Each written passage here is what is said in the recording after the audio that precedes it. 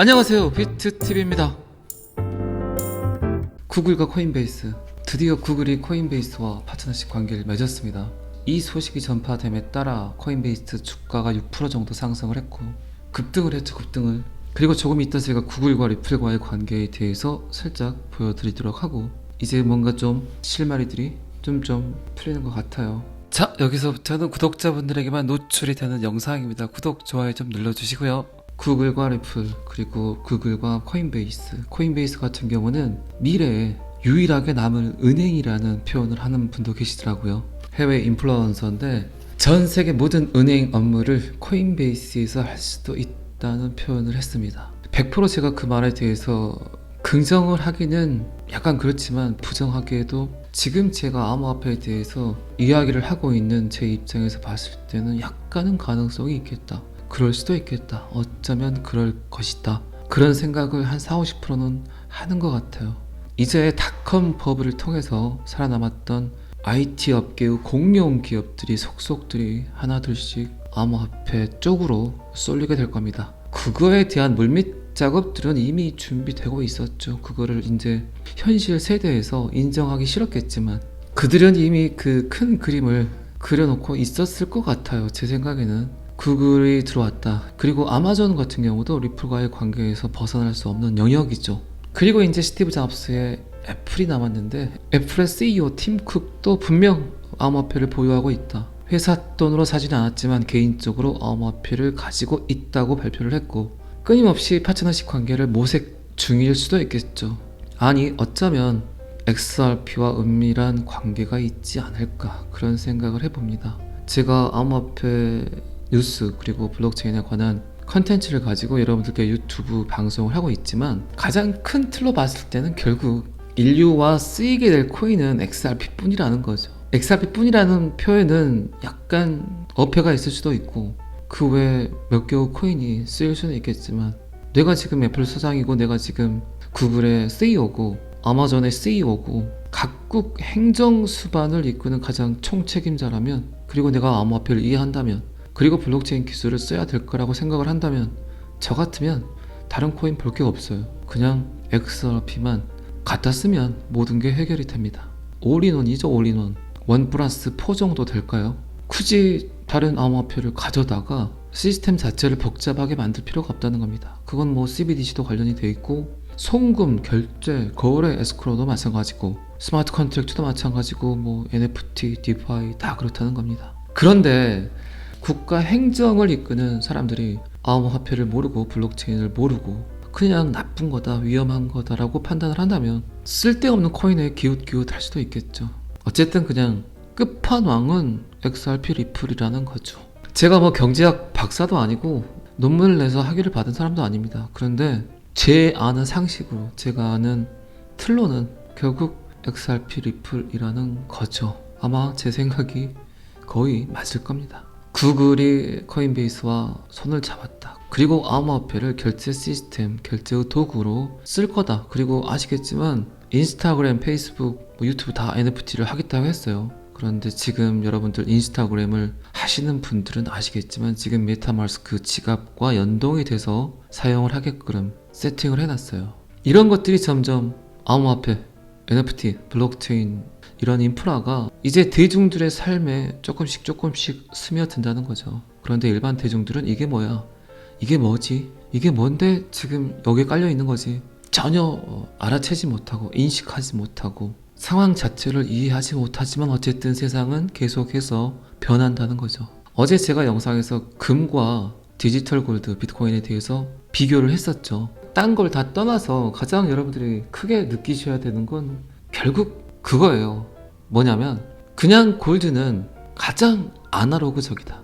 결국 그런데 모든 게 지금은 디지털로 들어오는 시대다. 가장 아날로그적인 걸 선택을 할 거냐, 아니면 미래의 골드를 선택을 할 거냐, 지금 시점에서 그 명제가 가장 큰 판단의 기준이 되지 않을까 싶습니다. 더 이상 디지털에 쩔어있는, 디지털에 스며들고 있는 지금 시대의 젊은이들이 가까운 미래에 금을 좋아할까요? 저는 절대 그들은 금을 선택하지 않을 거라고 생각을 합니다.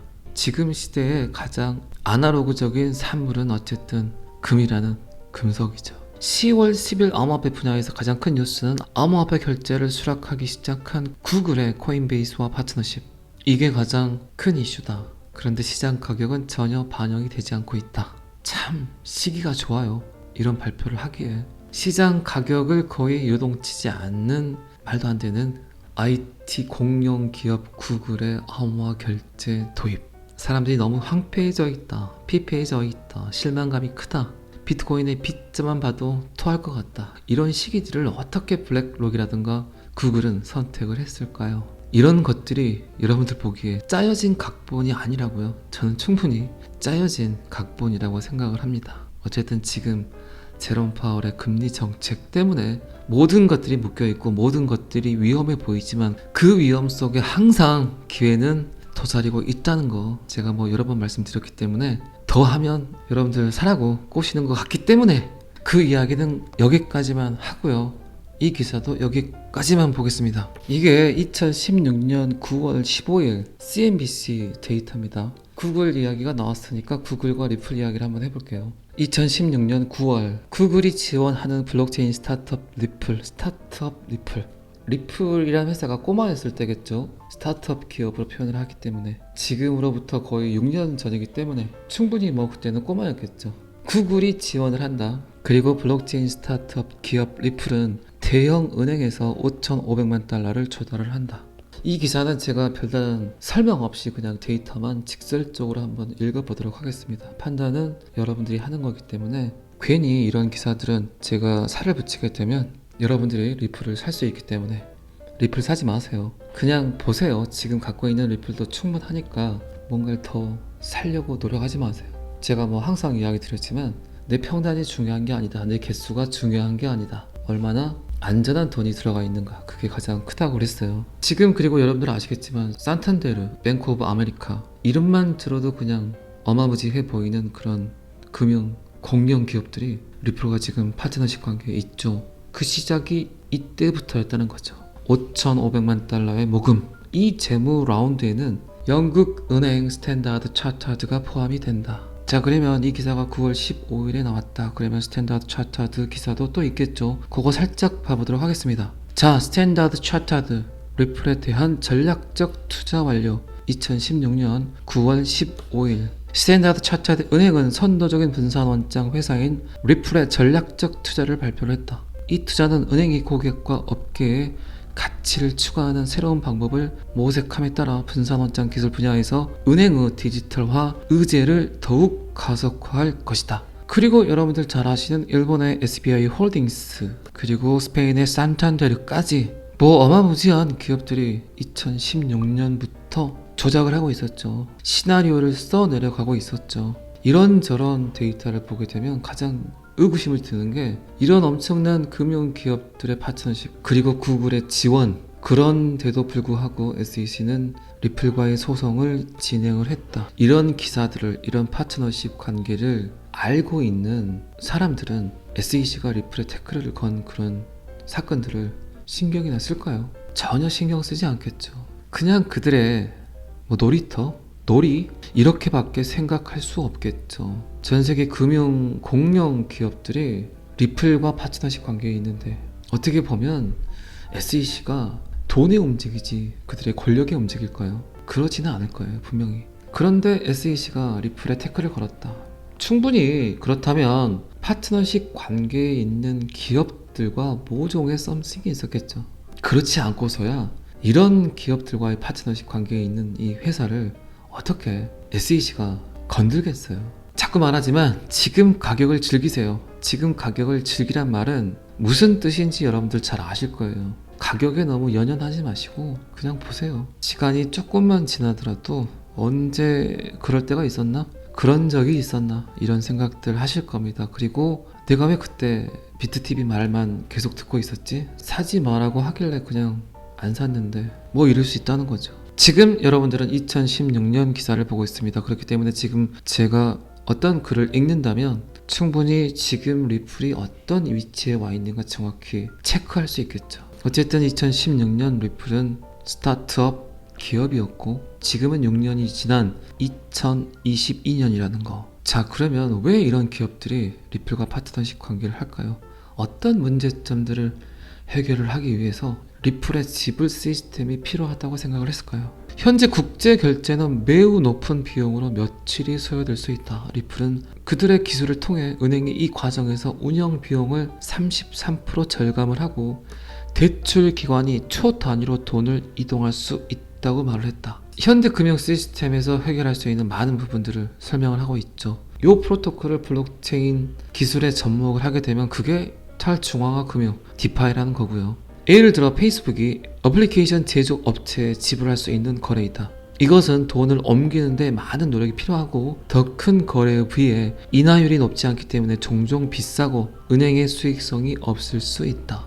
리플은 잠재적으로 이러한 거래를 수익성 있게 만들 수 있다고 이야기를 했다. 굉장히 작은 거래들 있죠. 지금 페이스북 안에서, 유튜브 안에서, 인스타그램 안에서 거래되는 비용들이 생길 수 있겠죠. 굉장히 작은 거래들, 거래 건수가 어마무지한 거래들. 이런 거래들은 은행을 거치게 되면 오히려 수수료가 훨씬 많이 들기 때문에 거래 자체가 무의미하다. 그런데 SNS 채널들은 기하급수적으로 성장을 하게 되고 분명히 그 안에서 새로운 경제 활동이 이루어져야 SNS 플랫폼들이 활성화가 되고 더 많은 크리에이터들이 양성이 되는데 그들에게 지불할 수 있는 도구가 너무 부족하다. 오히려 기회비용이 더 많이 든다. 100원을 보내기 위해서 수수료를 1000원 지불할 수는 없지 않은가. 그런데 리플은 이 시장에서 탁월한 기능을 갖고 있다. 탁월한 시스템을 갖고 있다. 어쨌든 인터넷이란 공간 안에서 수많은 사람들이 결제를 하게 되는데 너무나 많은 과정들을 거치면서 그 거래들이 처리되고 있다. 굉장히 불합리하다. 그런 과정을 거치게 되면 결국 은행이란 것은 운영 비용을 33% 절감을 할 수 있다. 엄청난 돈이죠, 이 돈은. 그리고 대출 기관이 초 단위로 돈을 이동할 수 있다. 별다른 과정을 거치지 않고 제깍제깍 돈을 보낼 수 있다. 이 기능 하나만으로 2016년에 그냥 거래의 기능 하나만으로도 이렇게 높이 평가를 했어요. 그렇기 때문에 전 세계 금융기관에서 리플을 선택을 했고, 그런데 지금 리플이 끊임없이 진화를 하고 있죠. 페이스북에 관한 문제점을 이야기를 했지만 결국 그건 뭡니까? 그 거래가 이루어지기 위해서는 디지털 안에서, SNS 안에서 그들의 저작권, 누구의 소유인가, NFT가 들어간다는 얘기죠. 그 NFT 결제를 할 수 있는 에스크로는 결국 리플밖에 없다겠죠. 방금 그러면 스마트 컨트랙트, NFT, 디파이, 그리고 거래의 전환까지 모두 다 이야기를 드린 겁니다. 그리고 이 기사는 2016년 기사라는 거죠.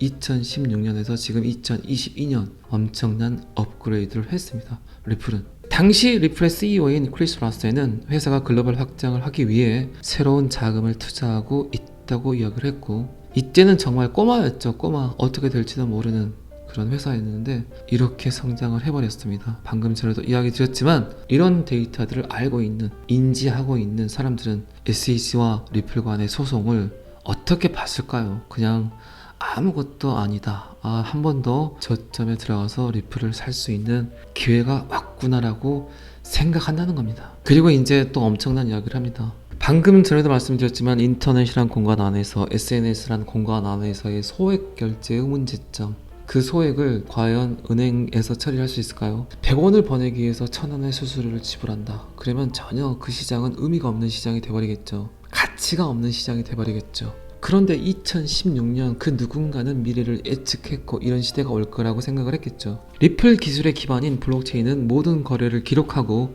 이 정보를 글로벌 네트워크에 저장하여 변조할 수 없도록, 위변조할 수 없도록, 고칠 수 없도록 하는 디지털 통화 비트코인에 대한 거대한 분산 원장처럼 작동한다. 비트코인이 갖고 있는 모든 문제점들을 리플이 다 해결을 했다. 비트코인이 100번 정도 업그레이드를 하면 그게 리플이다. 은행이 체감하는 기술은, 은행이 직접적으로 느낄 수 있는, 바로바로 사용할 수 있는 기술은 송금부터 증권 거래소까지 다양한 분야에서 활용될 수 있다. 크리스 라스에는 미래에 2016년에 본 미래입니다. 소위 사물 인터넷, 지금 여러분들 사물 인터넷 엄청나게 사용을 하고 있죠. 사물 인터넷에서 점점 더 많은 장치가 온라인 상태가 됨에 따라 참 미래를 내다보고 있었어요. 이분들은 소액 결제가 증가할 수 있다고 이야기를 했다.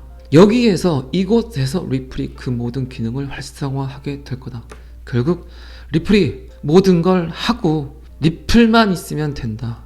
저는 그렇게 생각을 합니다. 자, 자, 2016년 구글과 XRP 리플에 관한 데이터. 이 기사는 여기까지만 보시고요. 자, 오랜만에 코인데스크. 방금 전에 설명드렸지만 이런 리플의 기술력 때문에 2016년부터 지금까지 꾸준하게 계속 가격이 상승을 하든 하락을 하든 1억 개가 옮겨지든 2억 개가 옮겨지든 비가 오나 눈이 오나 계속해서 블록체인이 관여를 하고 있는 모든 부분에 대해서 파트너십 관계를 맺고 있습니다. 프랑스와 스웨덴에서 새로운 파트너십 구축. 리플은 온라인 마켓플레이스 레몬웨이를 위한 파리 기반 결제 제공 업체 및 스웨덴 송금 제공 업체와 파트너십 관계를 맺었다. 제가 여러 번 말씀드렸지만 이런 파트너십 관계들은 결국 방금 전에 말씀드린 SBI, 산탄데르, 스탠다드 차티드 이런 금융 기업들 때문에 맺어지는 아주 잘 자란 그물망이죠. 그물망 네트워크. 거의 다단계식으로 그냥 모든 채널들이 XRP 리플과 파트너십 관계를 맺을 겁니다. 그런데 지금까지는 금융기관과 CBDC 관련 파트너십이었다면 이젠 스마트 컨트랙트까지 장착을 하게 되면 스파크 토큰 활성화가 되게 되면 XRP와 모든 기업 제조, 물류, 유통 할 거 없이 모든 기업들이 XRP 리플과 파트너십 관계를 맺으려고 달라들겠죠. 그런 것들이 그냥 제 눈에는 뻔히 보입니다. 그럴 수밖에 없고요. 자, 제가 서두에 너무 말을 많이 했기 때문에 짧게 이 기사는 여기까지만 이야기를 하겠습니다. 또 영상이 길면 굉장히 지루하니까 너무 걱정하지 마시고 여러분들 충분히 지금 잘하고 계신 겁니다. 저는 항상 아시겠지만 여러분들이 돈을 많이 버셨으면 좋겠습니다. 오늘은 여기까지 하겠습니다. 구독과 좋아요는 항상 저를 너무너무 힘나게 합니다. 감사합니다. 비트TV였습니다.